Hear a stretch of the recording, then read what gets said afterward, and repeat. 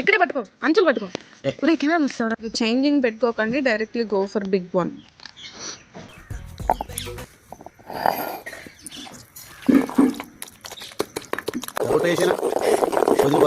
నేస్తా నాకు పెట్టు పెట్టు.